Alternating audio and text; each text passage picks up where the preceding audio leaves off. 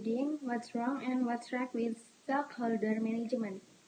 The concept discussed about a concern for the interests of all stakeholder group has become a widely recognized feature, if not the defining feature, of ethical management. Although this concept has been developed, still managers in making decisions must consider stakeholder interests. Stakeholders are included employees, customers, suppliers, and the community, as well as shareholders and other investors.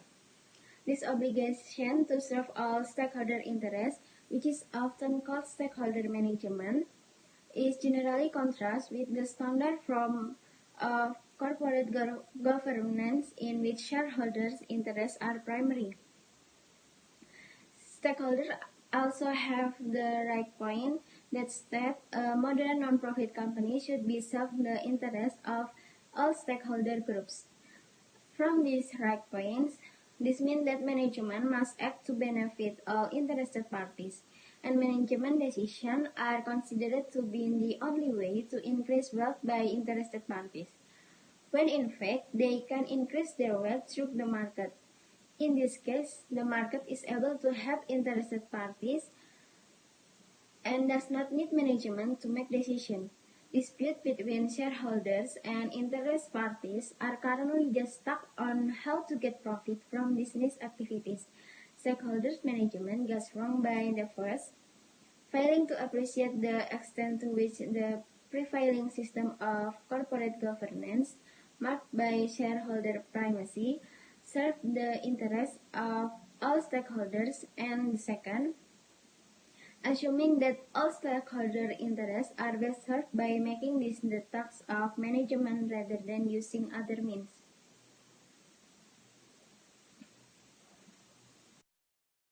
Two forms of stakeholder management.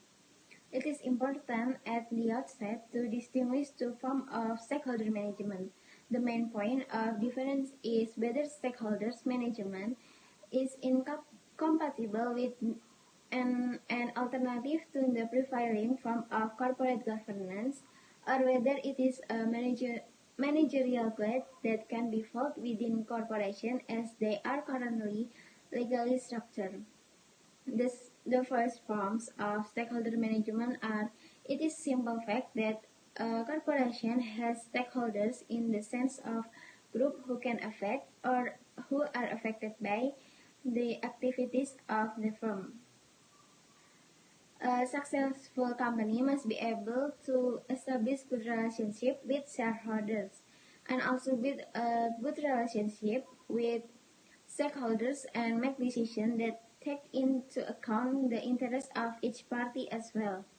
Most companies that have bad relationship with shareholders and stakeholders will fail.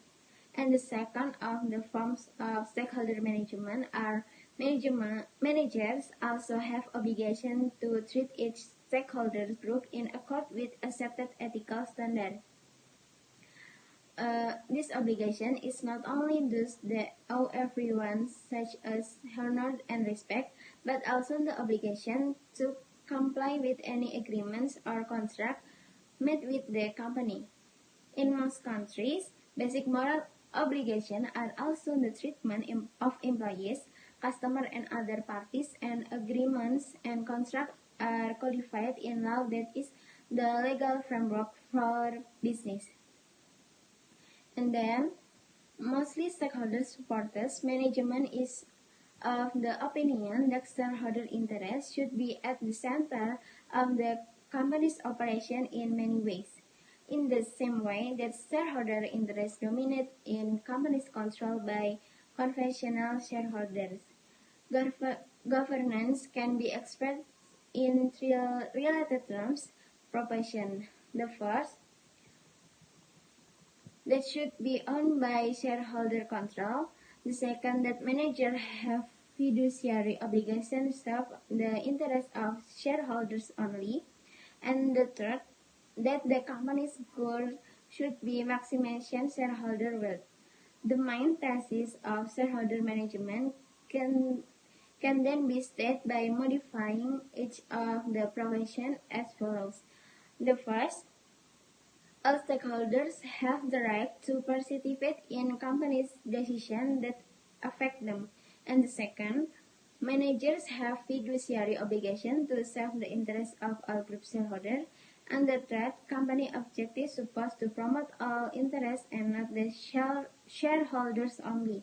Problem in these two set of population, uh, who has control or the right to make decision, who is the recipient of management fiduciary, who that is and interest should be the goals of company, is at the heart of corporate government.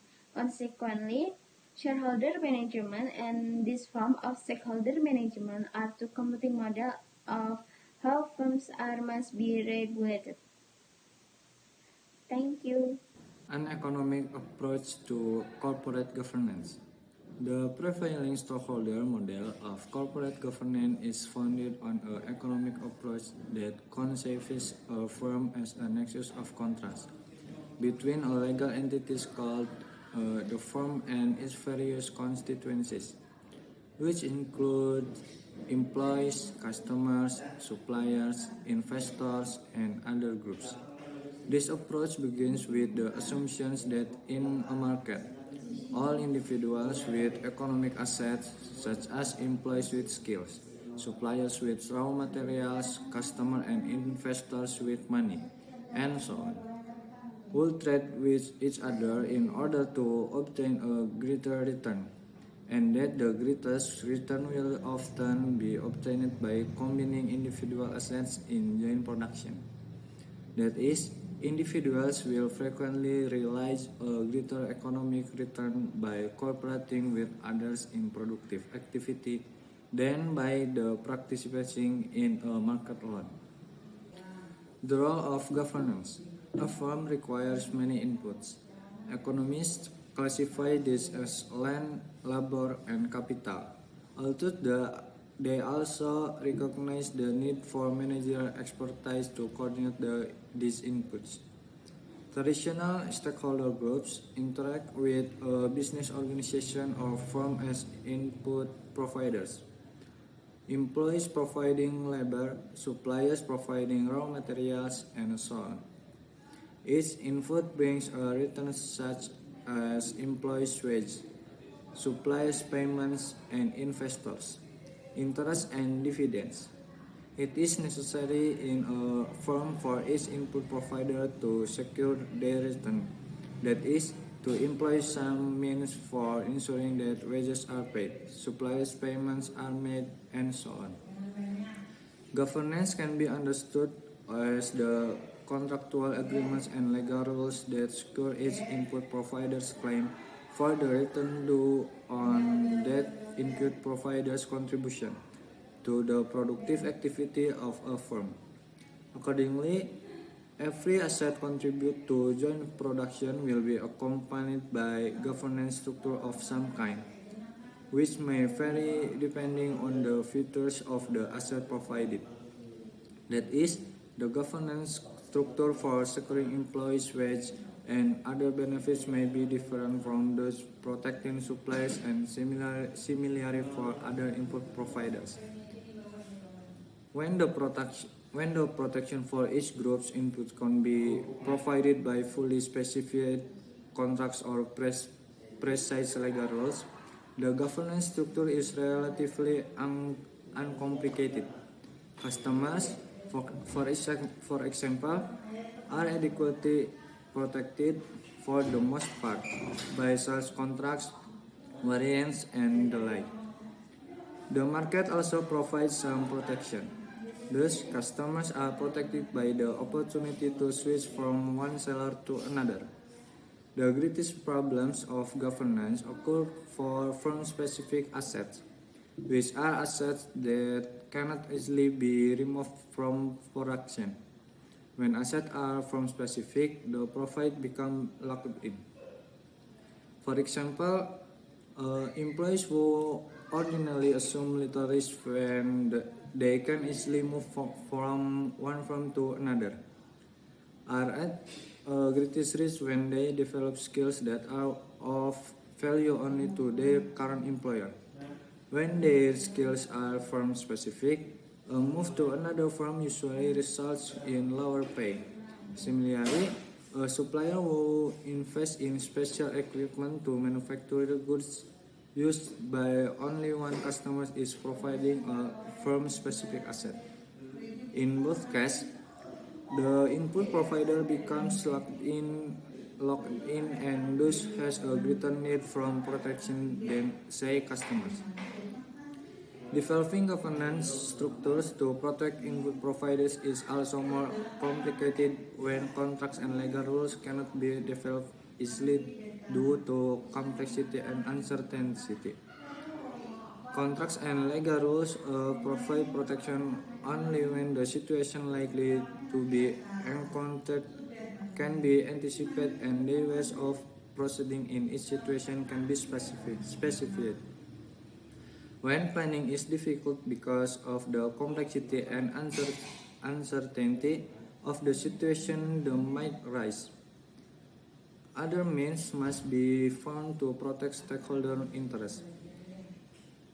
Despite the three problems of lock-in, complexity, and uncertainty, governance structure for the assets of each input provider are relatively easy to provide for each stakeholder group except one, namely shareholders, the providers of equity capital.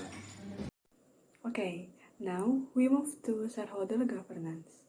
Although shareholders are commonly called the owner of corporation, this sense of ownership is different from its ordinary use. Shareholders do not own General Motors in the same way that a person owns a car or a house. Rather, shareholders have a certain bundle of rights that includes the rights of control and the rights to the profits of a firm. Since future profits are risky, investors not only provide capital but also assume much of the risks of a firm. The willingness of shareholders to bear these residual risks, which is the risks that result from having a claim on residual revenue rather than a fixed claim, will benefit all other input providers. As long as a firm is insolvent, which is to say that it can pay all its fixed obligations, such as employee wages, supplier payments, and so on, then the claims of these groups are secure. The equity capital providers have control is in the best interest of the other stakeholder groups. First, everyone benefits when business organizations are maximally profitable because the greater wealth creation. If firms were controlled by groups whose interests are served only by firms that are solvent, not maximally profitable, then they would create less wealth. Second, every non-shareholder groups benefits when shareholder assumes much of the risks of an enterprise because their return is all the more secure. Shareholders are willing to assume these risks in return for some compensation. Third, without the rights of control, equity capital providers would require a greater return to compensate for the increased risks to their investment. This, in turn, would drive up the price of capital, that increasing the cost of production for everyone. The bottom line is that equity capital providers are usually, but not always, the shareholder of a firm. The group with control, because control rights are the best means for protecting their particular firm-specific asset. Usually, non-shareholders groups are better served by safeguard other than control, which is left to shareholders. This outcome is not only efficient but also morally justified because it best serves the interests of all stakeholder groups and results from voluntary agreements or contracts made by all the relevant groups. Okay, next is comparing stockholders and stakeholder management. Stakeholder management offers managerial decision making as a means for protecting and advancing stakeholder interests. Stakeholder management proposes that all stakeholders be treated like shareholders. The fundamental mistake of stakeholder management is a failure to see that the needs of each stakeholder groups, including shareholders, are different. Management decision making is a relatively ineffective means for protecting the interests of non-shareholders stakeholders. In an event, the choice of means for protecting its stakeholder group's interests is mainly empirical one about what works best in practice, and the evidence tends to support the prevailing stockholder-centered system of corporate governance. Insofar as stakeholder management assigned to managers the task of ensuring that the wealth created by a firm is distributed in a fair way that departs from the distribution that results from purely market forces is better done by other means, most notably through the political process. Managers lack of both the ability and the legitimacy that are required to fulfill these tasks, and in any event, the attempt to address pressing social problems by making changes in corporate governance is ill-conceived. Corporate governance, which is designed to solve specific problems of economic organizations, is simply the wrong tool, like using a screwdriver to hammer a nail. Next, I will explain about what is right with stakeholder management. Despite this generally negative appraisal of stakeholder management, it is still an important constructive development in business ethics. Its positive contributions are obscured to some extent by those who present in it as an alternative form of corporate governance and thus create a false choice between stakeholder and stockholder management.